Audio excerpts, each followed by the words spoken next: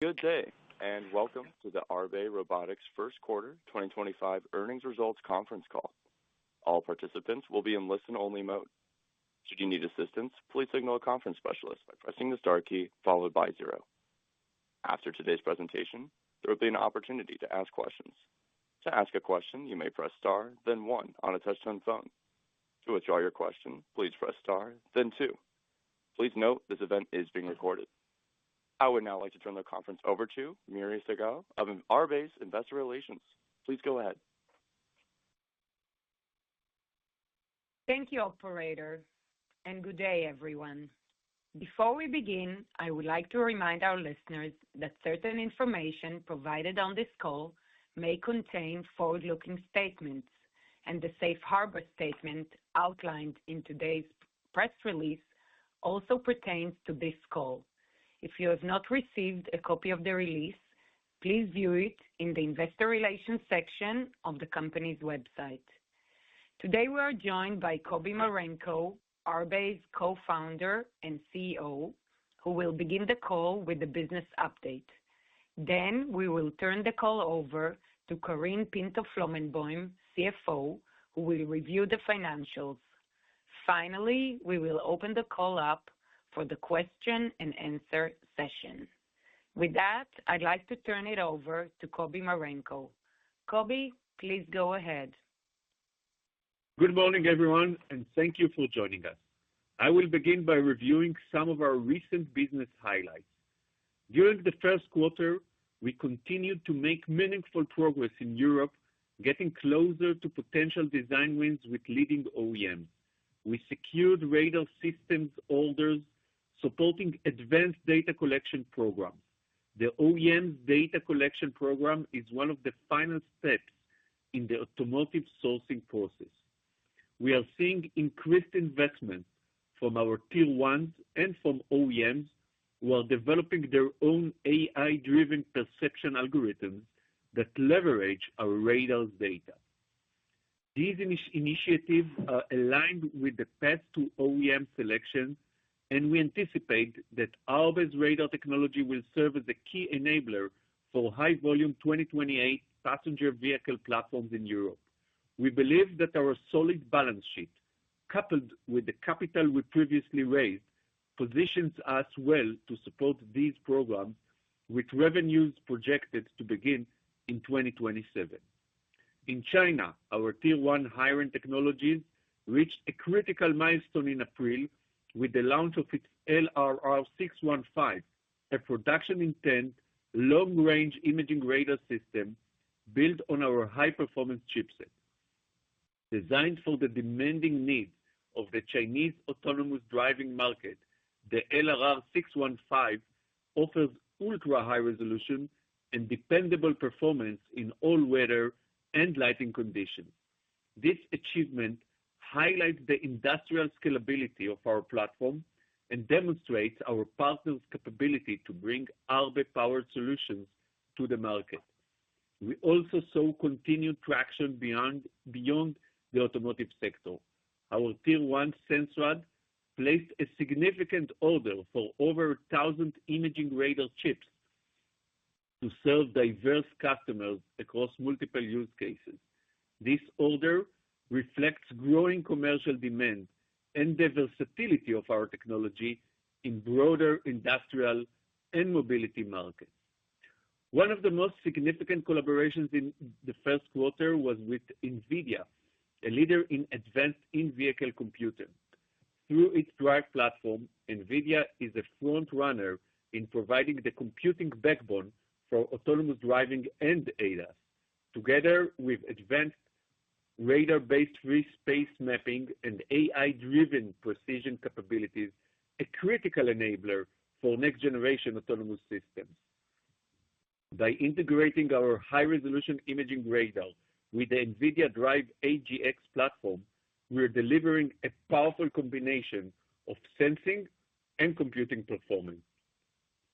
This collaboration was prominently featured at CES 2025, where Arbe showcased the integration in real-world driving scenarios.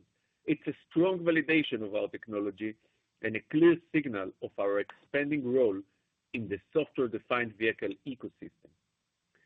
Since January, we've demonstrated what we believe is the most advanced radar solution available at premier automotive trade shows across China, Japan, Germany, and the United States, featuring on-chip super resolution processing and real-time performance at 20 frames per second.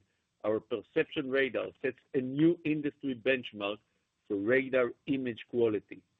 The response from OEMs and Tier 1s has been overwhelmingly positive, further reinforcing our leadership in next-generation radar sensing.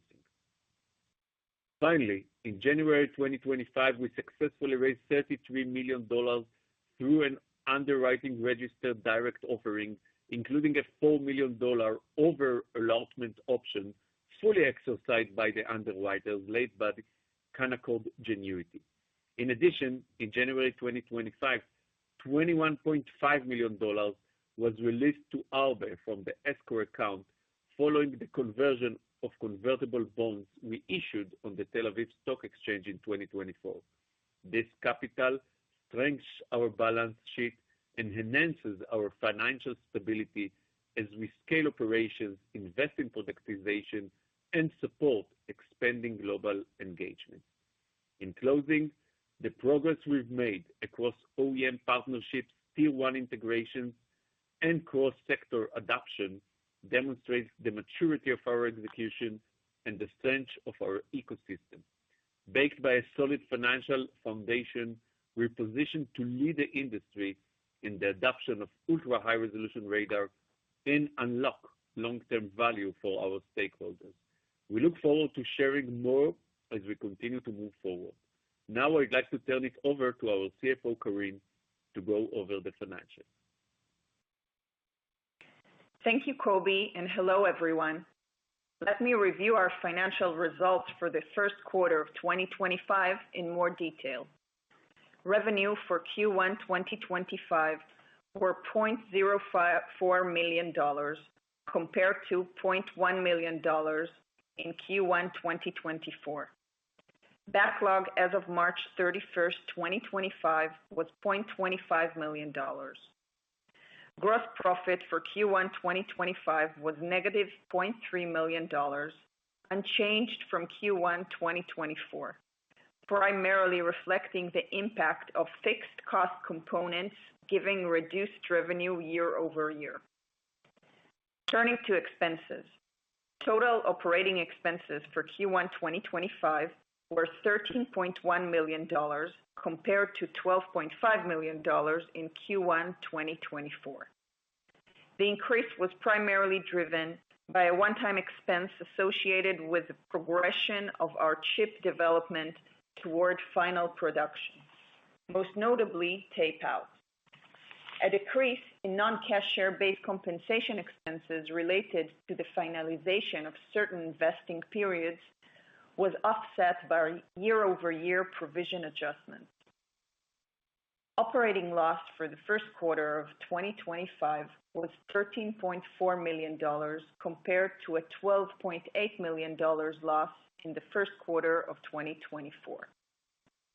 Adjusted EBITDA, a non-GAAP measurement which excludes expenses for non-cash share-based compensation and for non-recurring items, was a loss of $9.7 million in Q1 of 2025, compared to a loss of $8.5 million in the first quarter of 2024.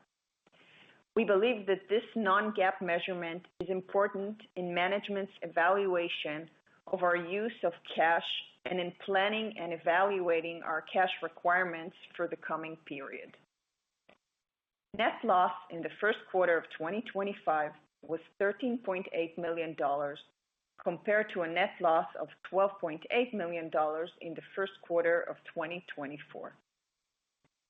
As of March 31st, 2025, Arbe held $36.7 million in cash and cash equivalents and short-term bank deposits, and $35.2 million in long-term bank deposits. With respect to our guidance, we would like to reiterate what we previously said. Arbe's leading radar technology remains a top priority for key decision makers in the automotive industry. Recent cash infusion totaling $70 million further underscore investors' confidence in our market potential and growth trajectory. While broader economic shifts have led to short-term delays in automakers' rollout of advanced driver assist systems, decision timelines have been extended. As a result, Arbe continues to engage closely with industry leaders, advancing through RFQ stages and strengthening its position for adoption. We continue with our goal to pursue 4 design-ins with automakers in 2025. 2025 annual revenue are expected to be in the range of $2 million to $5 million and will be weighted toward the end of the year. Adjusted EBITDA for 2025 is projected to be in the range of $29 million loss to $35 million loss. Now, we will be happy to open the call for questions. Operator? Thank you. We will now begin the question and answer session. To ask a question, you may press star, then 1 on your touch-tone phone. If you're using a speakerphone, please pick up your handset before pressing the keys. If at any time your question has been addressed and you'd like to withdraw your question, please press star, then 2. Our first question will come from George Gianarikos with Canaccord Genuity. Please go ahead. Hi, everyone. Thank you for taking my questions. Maybe to start, can you just sort of please outline for us, maybe in a little bit more detail, the negotiations and the discussions you're having with OEMs and why you continue to expect wins to happen possibly in the second half of this year? Thank you. So basically, just to make sure we understand, Arbe is not selling directly to OEM. Arbe is selling to Magna the chips, and Magna is selling the total radar to the OEM. But we are deeply involved with all of the phases that are leading to the stage that Magna will get the order, and Arbe will get, of course, from Magna, the order for the chips. So it's a kind of a three-way cooperation. With the leading OEMs in Europe today, we are working closely with Magna and with them, and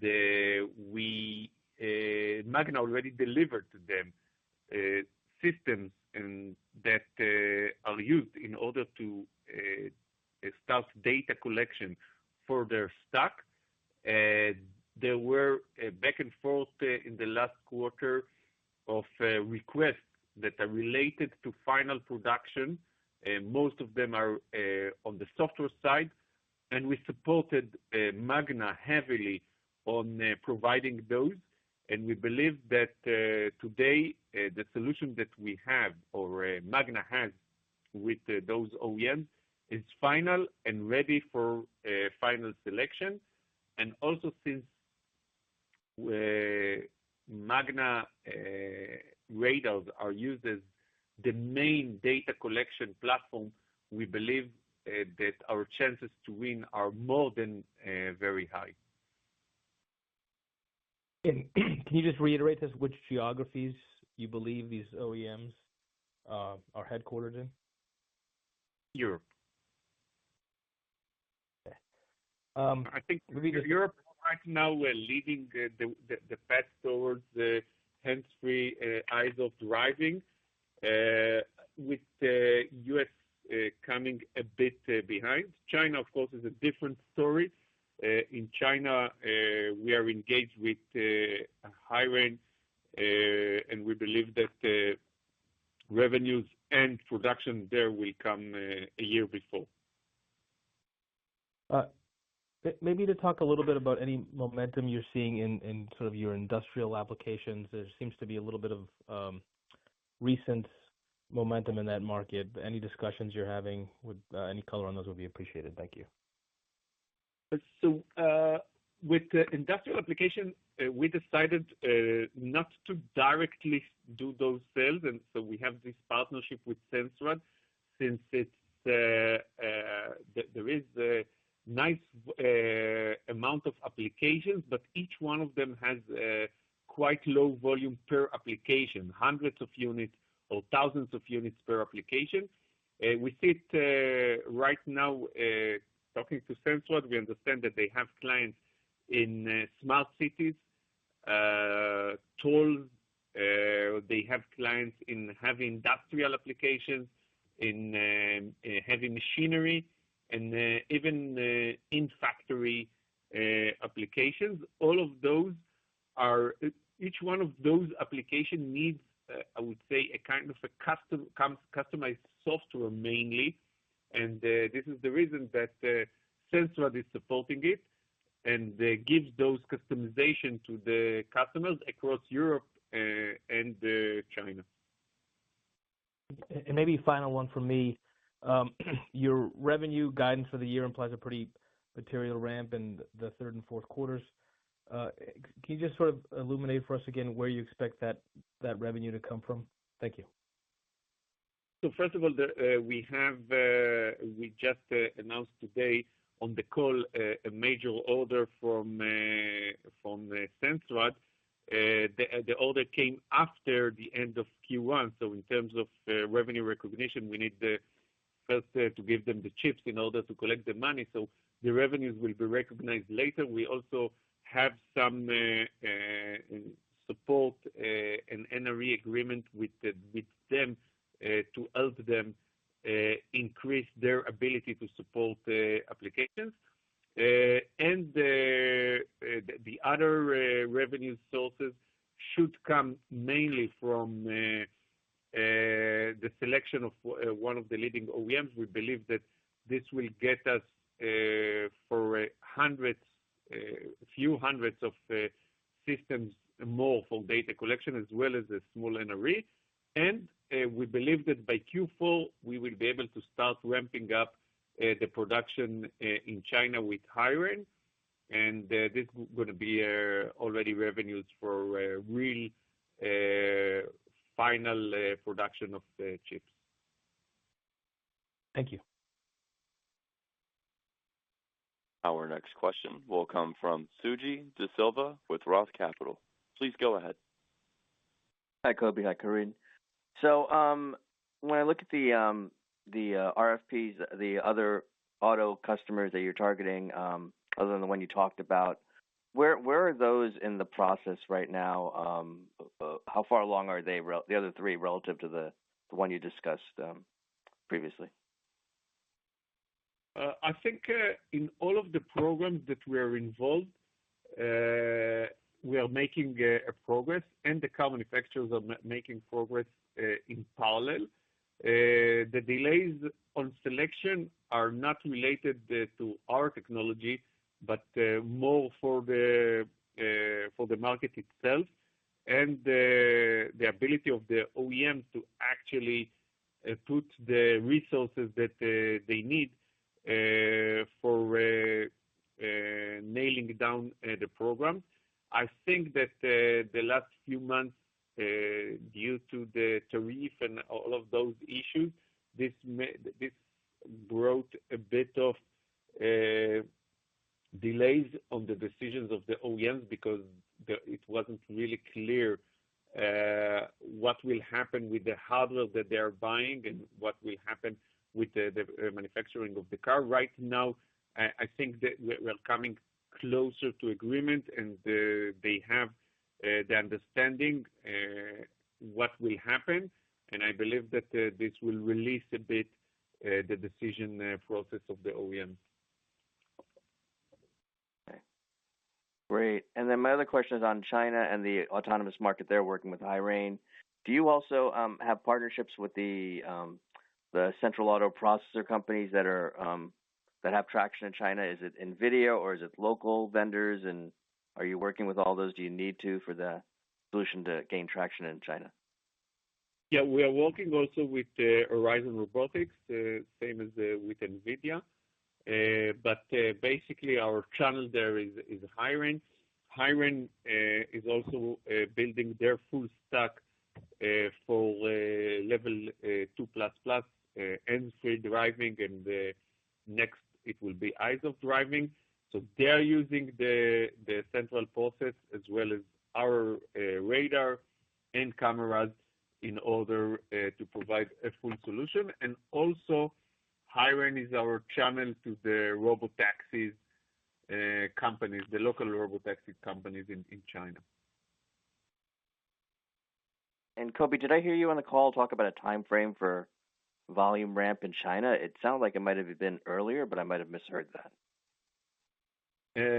We didn't. It wasn't on the script, but it didn't change. We believe that end of this year we will start ramping up production in China. The fact that HiRain announced that they have a production-ready radar, I think means that basically it's now a matter of technicality when they will be able to start real mass production, whether it will be Q4 this year or it will slip a few weeks to next year. But we are in the final stages there. All of what needs to be done is there. Okay, great. Appreciate all that color. Thanks, Kobi. Again, if you have a question, please press star, then one. Our next question will come from Matthew Galinko with Maxim Group. Please go ahead. Hey, thanks for taking my question. First, maybe can you, I think you mentioned you had a tape-out expense in the first quarter. What's a good R&D number to use for the balance of the year? Hey, Matt. So I think our OpEx burn for the year is about $32 million, between $32 to $34 million, and out of which R&D number for the year could be about $25 million annually. Great. $25 million annually. Got it. Thanks. And then I guess as far as timing for North America, it sounded like it's maybe, did you say it was about a year behind Europe? So we'd be looking at 2029 model years and maybe start of revenue in 2028. Is that a realistic timeline? Yes, I think there is. Yes, I think that there was few issues in all of the American companies had few issues.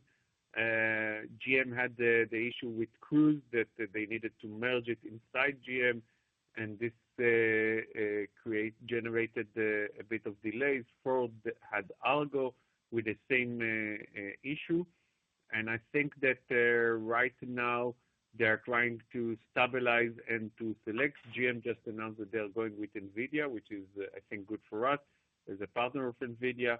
And we believe that in U.S. we will begin to see our revenues coming in 28.